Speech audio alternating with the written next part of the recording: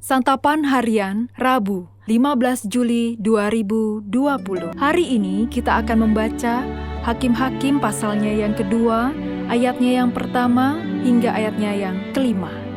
Namun sebelumnya, mari kita berdoa. Ajarilah kami ya Kristus untuk setia mendengarkan sabda-Mu. Dalam kasih-Mu ya Yesus, kami memohon. Amin. Hakim-Hakim 2 ayat 1-5.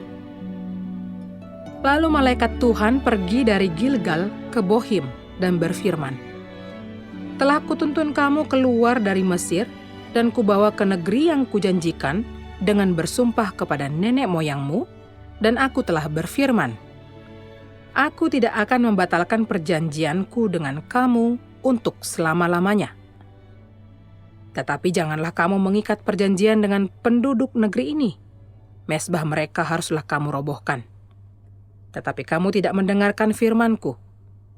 Mengapa kamu berbuat demikian? Lagi aku telah berfirman, aku tidak akan menghalau orang-orang itu dari depanmu, tetapi mereka akan menjadi musuhmu, dan segala allah mereka akan menjadi jerat bagimu."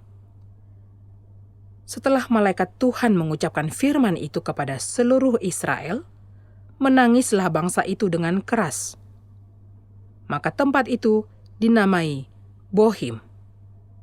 Lalu mereka mempersembahkan korban di sana kepada Tuhan.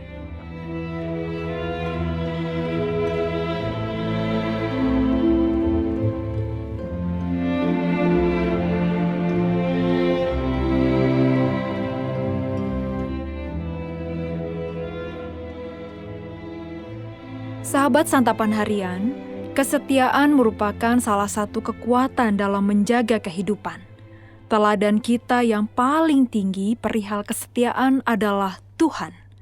Kesetiaan dan cinta kasih-Nya kepada manusia membuat Ia rela menderita dan mengosongkan diri seperti manusia.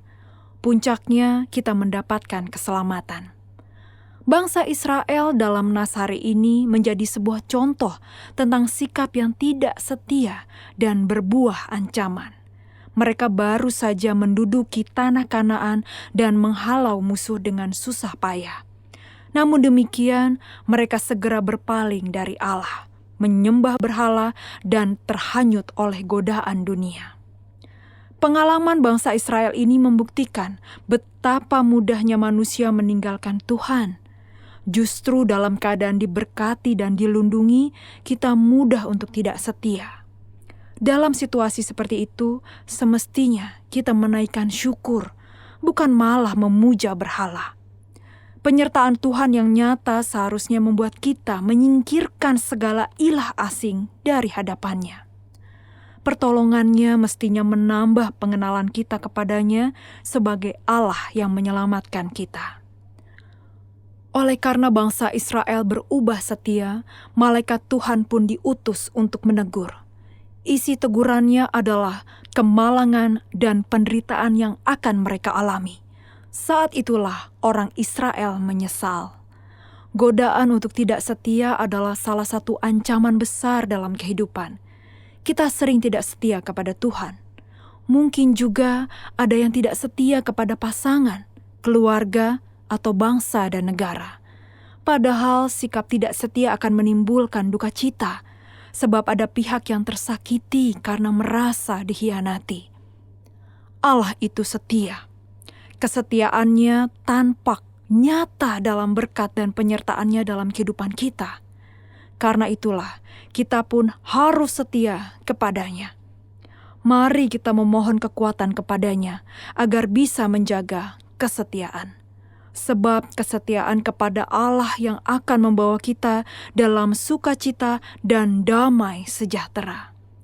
Di sepanjang hidup ini, mari kita setia kepada Tuhan, walaupun ada kenikmatan dan kenyamanan di sekeliling kita.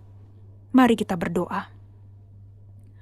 Mampukanlah kami ya Allah untuk senantiasa setia berjalan bersama-Mu. Dalam cinta-Mu Yesus, kami bertelut. Amin.